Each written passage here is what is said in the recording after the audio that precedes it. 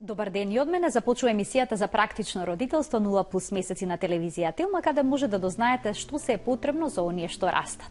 Денес имаме можна интересна тема. Зошто децата кои што одат во градинка се постојано болни? Посетата во градинка има бројни предности од аспект на социјализација, потоа воспоставување и почитување на одредени кодекси и правила на однесување, но носи зголемен ризик од болести. Но оваа тема денес ќе зборуваме со доктор Александар Сајковски, специјалист по педијатрија. Од Аџибадем Систина, добре ни дојдовте. Добро најдов, поздрав до вашите гледачи. Се почесто можеме да слушнеме родители како велат: моето дете 2 дена оди во градинка, потоа е 2 недели болно, па потоа уште 2 дена ќе појде во градинка, па повторно е болно и така натаму. Поаѓањето во градинка значи и рана изложеност на инфекции кај децата. Сега, колку инфекции, односно инфективни епизоди нормално да има детето во текот на една година, во првите 3-4 години од животот, а колку често пак се разболуваат децата кои што ги посетуваат овие колективи? Па, знаете како, тоа е нешто што е сосема нормално и очекувано, да имаат во тек на првите неколку години децата инфекции.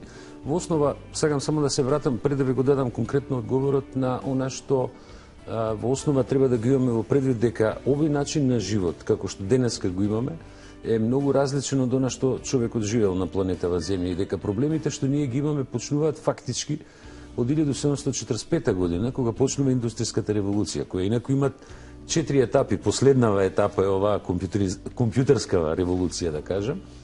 И начинот на животот е сменет, начинот на исхрана и започнувањето на почетокот на минатиот век во помале или поголеми групи чување на деца во одредени средини, она што денеска го викаме градинки. Нормално е едно дете во првите 5 години од животот, сосема нормално и сосема очекувано е да има 5 до 7 до 8 некогаш инфекции во тек на годината. Тоа може да се потенцира ако нормално оди во градинка, од една едноставна причина, затоа што е нешто повеќе изложено на размена на микроорганизми помеѓу нив.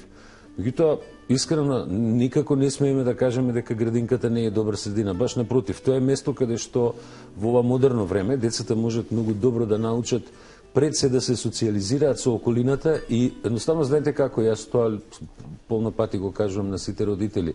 Таму ќе видите и поголемо и помало дете, детето ќе види и попаметно, да речем и малку поглупо, нели се, така баш директно. И фактички ние го пуштаме веќе детето да се адаптира. Секој родител го пушта детето да почне да се адаптира на животот во надворешниот свет, односно да не речем на животот на улица. Затоа е градинката една добро место каде што покрај социјализацијата, можноста да брзо се адаптира во надворешни услови, покрај тоа нормално иде оној едукативниот дел што наставничките го прават и едукаторите во градинките. Така да градинките, ја топло им советувам на нашите родители да ги пуштаат децата во градинки, но не е спорно дека во првите 5 години биологијата на човекот е таква, во првите 5 години имунолошкиот систем на детето е релативно послаб.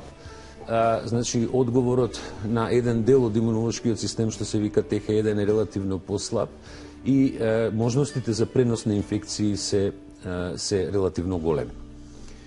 Некаде дури 5-та, 6-та година од животот, тој дел од имунолошкиот систем достига ниво негде од 40 до 50% од нашиот на возрастните, и затоа една од тие биолошки причини зошто е добро да детето тргне во школа на 7 години, а не порано, е баш тоа зреење на имунолошкиот систем и можноста да нема отсуство од школската настава понатаму кој има 7 години.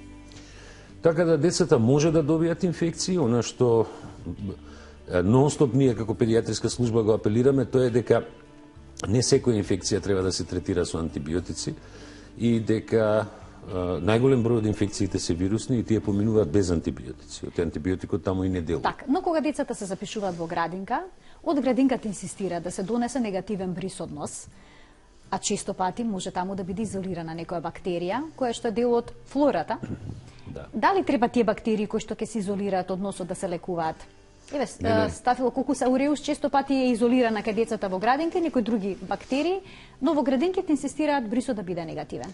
Не, апсолутно, јас лично не се слагам со тоа. Значи, прво, дете кое има позитивен брис во нос, а нема клинички симптоми на болест, од типот температури, кашлици или било што, не треба да се лекува со антибиотици. Впрочем, да не заборавиме една работа, многу едноставна работа. Стафилококот, а и голем број од други микроорганизми, живеат на нашето тело и во нашето тело. Јас повеќе пати сум го кажал тоа е чиста математика. Значи, ние имаме 100 до 400 пати повеќе микроорганизми на нас и во нас, отколку што имаме клетки со кои што живееме.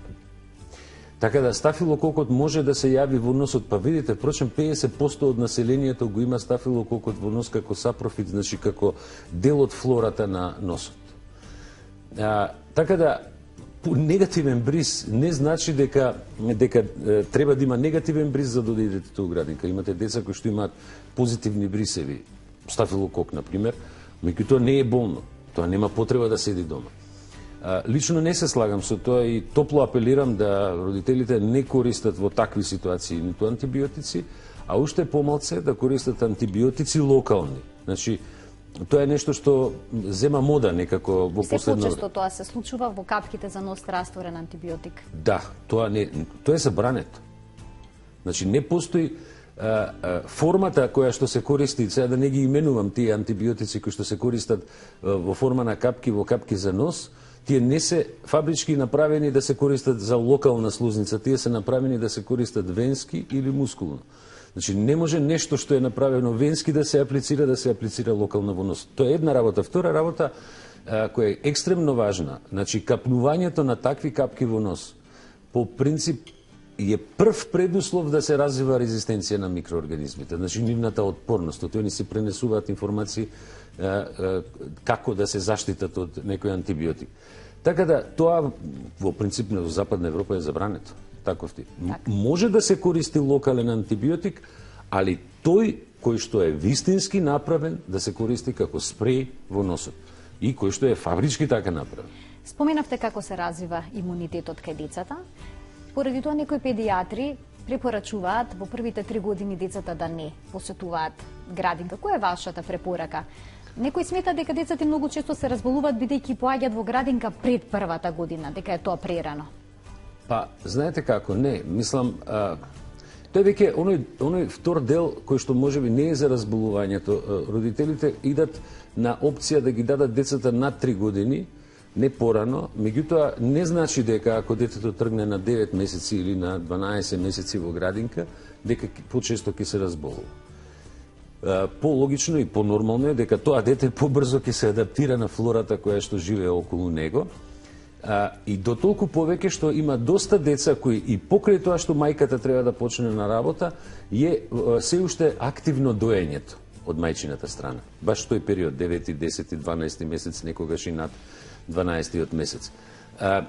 Доењето е, видите, ние можеме да разговараме со родителите дека постои систем да се едуцираат родителите, дека постојат разни начини како да се заштити детето од инфекции. Јас имав сега едно интервју за еден медицински портал кој скоро беше отворен, тоа е Панацеа. Таму имам еден текст каде што најбитниот дел од превентивните мерки е доењето. Значи, не постои подобар имунолошки препарат од мајчиното млеко. Значи, доењето, она пренесува, мајката со своето млеко му пренесува на детето разни антитела, антистафилококни фактори, значи се она што мајката го има прележано, значи имунолошки, му го префрла на своето дете. И тоа е начин на кој што можеме најдобро да го заштитиме едно дете. Значи, доењето е прв. Ако веќе е завршено доењето, значи, тоа е веќе друга фаза, тогаш веќе треба да се користат одредени помошни лековити средства или лековити средства кои спаѓаат во категорија на така наречени имуномодулатори. Тоа е една цела група, да кажам, на лекови, така да ги изразам, лекови. Има и од природно потекло, да. Има и хемиски добиени. Да, има повеќе типови од тие имуномодулатори. Меѓутоа, еден од, знаете како, зависи, за секое дете има различна потреба од имуномодулаторот. Некои деца имаат поголем број на инфекции, други деца имаат малку послаб имунолошки одговор, некои деца помалку имаат инфекции, така да не можеме да генерализираме на сите исто да им се даде. Постојат повеќе типови на имуномодулатори и ја, да речеме, често го кажувам примерот на скандинавските земји, на предавањата кога идам со колеги што се наши педиатри, го цитирам она што скандинавските земји го прават, дека секој дете кое ќе влезе во градинка во првите години од животот, добива, да кажем, натовар на државата, така се, нели, пошто таму се такви осигурителните компании, има некои разлики во однос на нашите, меѓутоа добива пробиотик. Значи, секој дете, само давање на пробиотик, кој што има имунолошки ефект, значи не се било кој пробиотик, во основа се намалуваат за 66% инфекциите кај тие деца. Значи, само тоа, плюс да се дадат уште некои други дополнителни имуномодулатори, кај оние деца кои што имаат рецидивни инфекции чести, тогаш целиот овој проблем ќе исчезне на некој начин. Так, а што е со превенцијата од аспект на миење раце, миење на играчките, стерилизација во градинките? Може ли да се зборува за таков тип на превенција во наши услови кога во група има по 35, 6, 7 деца? Несомнено е дека групите се огромни. Несомнено дека 35 деца се многу во една група во градинка. Меѓутоа, тоа е пак поврзано со она што се вели другиот дел, тоа е, да речеме, финансирањето на градинките, значи нешто што е во тој домен и обезбедување на поголем број на вработени. Но, миењето раце е нешто на кое што мора да се научи секој. Имате во предвид дека два најпрљави делови на телото на детето и на човекот се рацете и устата и носот. Нашите раце содржат огромен број на микроорганизми, стафилококи, меѓу другите и стафилококус ауреус е присутен на кожата. И најлесно се пренесува така. Затоа, у суштина, миењето на раце треба уште од мало детето да се научи дека миењето на рацете носи здравје. Се разбира, сега има некој тренд, тој го читам по некои форуми. Хигиенската хипотеза. Да. Так. Значи, видите... Дека не треба пречесто да се мијат. Тоа е па сега таа е теза, застапува. една интересна теза, знаете како. Меѓутоа, ако ја погледнете Европа, да речеме и европските стандарди, да речеме па и Соединените американски држави нормално, во тие земји каде што имаме хиперчистота, имаме поголем број на деца и возрастни луѓе кои што боледуваат од алергии. Кај нас ја нема таа хиперчистота, нели? Но кај нас децата се разболуваат, најчесто имаат инфекции, не толку алергии колку што имаат инфекции. Не е спорно дека во хиперчистотата може да дојде до и повторен дисбаланс кој што може да доведе до појава на алергии, мада алергиите тоа е као имунолошка реакција, доаѓаат не далеку дека е тоа основата, доаѓаат и заради некои други навики кои што се врзани со исхраната, нели, промена на имунолошкиот систем во тој дел. Навиките особено околу исхраната. Знаете, морам да напоменам, јас морам да ви го кажам, кога сме кај хиперчистотата, јас сум ги читал тие доста по форумите. 46-та година, односно после Втората световна војна, нашите стари педиатри, кои што доста добар дел од нив и не се денеска веќе меѓу живите, пена уста им фати да ги научат нашите родители дека не треба бебињата да се врзуваат онака као фишек и дека треба да се бањаат секој ден. Хигиената е битен фактор за да се намалат инфекциите. И екстремно битен фактор.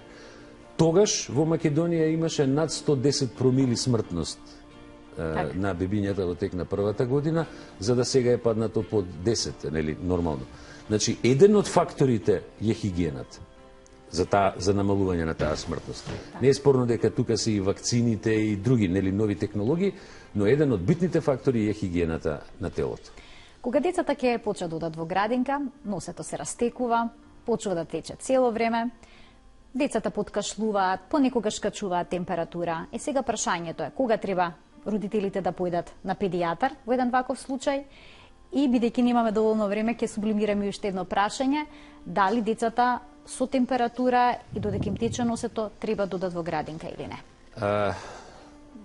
Само една, сега ми текна, ќе ви одговорам одма, преска кога зборевме за чистотата, тоа сакав да ви го кажам само. Многу често ни се случува во амбулантите, кои ќе дојдат родителите со тезата за хиперчистота, да кажат, нели, прочитавме тоа и тоа. Моето прво прашање према нив, дали вие како мајка сте бањати денеска? Да, секој ден се бањам, вика доктор. Па зашто тогаш бебето не го бањат?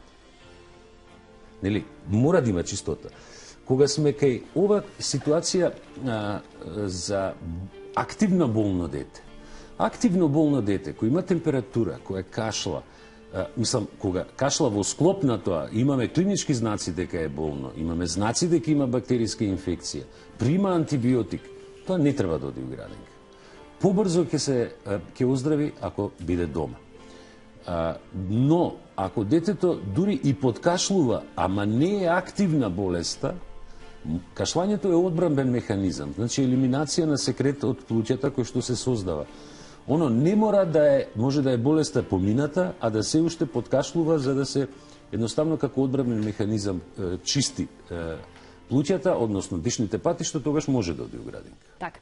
Да ги вклучиме гледачите со нивни прашања. 3076-677 е телефонскиот број на телевизија Телма. Доколку имате некое прашање поврзано со денешната тема, слободно можете да се вклучите во програма. Детето кога ќе оздрави по одредена инфекција и се враќа во градинка. Сега родителите сметаат дека се некаква опасност останатите деца кои што се присутни во групата. Има ли основа таквиот страв? Не, значи, детето кога има некоја инфекција, воспаление на грло, например, збориме, например, стрептококно воспаление на грло и за тоа прима антибиотик, например, кога ќе помине инфекцијата не е проблем, тоа треба да оди во градинка и треба да го живее животот во градинката.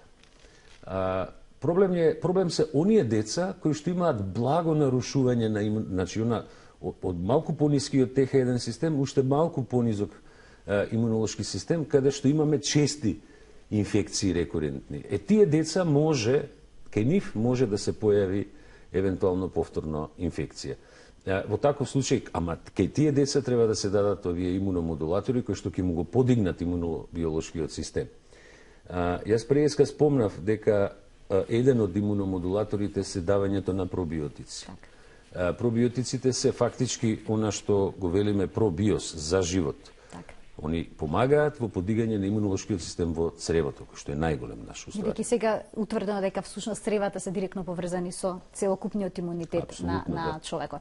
Да ги вклучиме гледачите со нивни прашања. Добар ден. Добар ден. Повелете. Вака, имам скоро 5 годишно синче. Многу често се разболува, особено на ангина. Значи, скоро секој месец пие антибиотик. Так. Сега како може да спречиме да не се разболува толку често, оди во градинка? Так. Ви благодарам што се вклучивте во програма. И ова исто честа една ситуација, кога децата постојано пијат антибиотик. Знаете, ако детето прави инфекција која е јасна бактериска инфекција, тогаш треба да се даде антибиотик, нема размислување тука. Меѓутоа, имате во предвид дека 85 до 90% од сите инфекции што ги имаат децата и возрастните се вирусни. Во таков случај користењето на антибиотици е тотално нерационално, затоа што они не може да имаат ефект никаков на вирусите, а само може да ја пореметат флората и да развијат дополнителна резистенција. Значи, само ако е јасно дефинирано дека е инфекцијата бактериска. Кај ова детенце гледачката што се јави, апсолутно мора да се даде, значи за волку чести секој месец по една инфекција, тоа се 12 инфекции ако така ги гледаме, значи мора да се даде нешто што би рекле како на атлетичарите кои им дувне ветер у грб, они постигаат подобар резултат, така и за него. Так. Имам уште еден гледач на линија, да го вклучиме со прашање. Добар ден, повелете. Може да прашам нешто во контекст на ова што го зборуваше докторот за новороденче, нешто не разбрав точно околу банањето. Дали новороденчињата треба секојдневно да се бањат, легнати или во исправена положба? Да, значи, благодарам на прашањето. Новородените деца мора да се бањаат секој ден. При тоа, додека не падне папчето, се бањаат на проточна вода, која ќе падне папчето, после тоа можете и во кадичка да се бањаат. Со едно бањање само во денот се елиминираат повеќе од 97% од патогените микроорганизми, патогените, оние што може да предизвикаат болест на површината на кожата. Една од тие бактерии која може кај новороденото дете да направи опасна инфекција е стафилококот, што го спомнавме преска, кој може да направи било кожна инфекција, било инфекција на очите, нали, као конјуктивит, или да направи дури и сепс. Тоа е се затоа што кожата на бебињата е многу тенка и многу нежна. Имаме уште навистина малку време, а многу прашања. Јас би ве прашала во кој случај родителите треба да размислат, да направат еден краток прекин со градинка или пак детето да го испишат комплетно од градинка. Во кој случај треба да се размислува во таа насока? Значи, само ако детето прави потешки инфекции, многу инфекции во тек на една година, потешки, и ако треба прво да помине месец-два да му го подигнеме малку имунобиолошкиот систем, нели, со таа имуномодулација што ја велиме, и тој период, еве да речеме да не оди, после може слободно да оди. А дали престојат едночасовен во игротека носи подеднаков ризик со целодневен престој во градинка? Не, видите, во игротеките нормално е, сега доаѓаат и возрастни луѓе и деца. Било кој од нас може да е носител на, посебно од возрастните може да е носител на некоја инфекција. Тоа е исто као кога ви прашале дали треба да одите во затворен трговски центар или отворен. Во затворениот е нормално да има повеќе шанси за инфекција отколку во отворените трговски центри. Тоа е нормално. Ама престој од еден час во игротека не е никаков проблем за било кој дете, дури е и добро. А што е со оние родители кои што постојано децата ги носат на педијатар, при растечено носе мала кашлица? Постои ли ризики во чекалната, поради тоа што има голем број на деца кои што се болни, да се пренеси дополнителна некоја зараза? Да, секако во чекалните, кога има многу деца кои што се болни, постои ризик од тоа. Меѓутоа, еве ние, да речеме, проектантски гледано, во нашата болница во Аџи Бадем Систина е направено така да речеме, не може да дојде на додир помеѓу контакт, физички контакт помеѓу здраво и болно дете, така да здравите деца се на една страна, болните деца се на друга страна, а и тие болните кои што доваѓаат се со голем простор во чекалната и со специјални филтри да се чисти воздухот за да не се разнесува самата инфекција. Тоа е многу важно да е добро организирано, клучно. И на крај да резимираме, дали растечиното носе и зелениот секрет, зелените мрсулчиња секогаш значат болест? Не, апсолутно и не само што не значат апсолутно болест, не значат дека нонстоп треба да се даваат антибиотици за тој дел, така само. Така.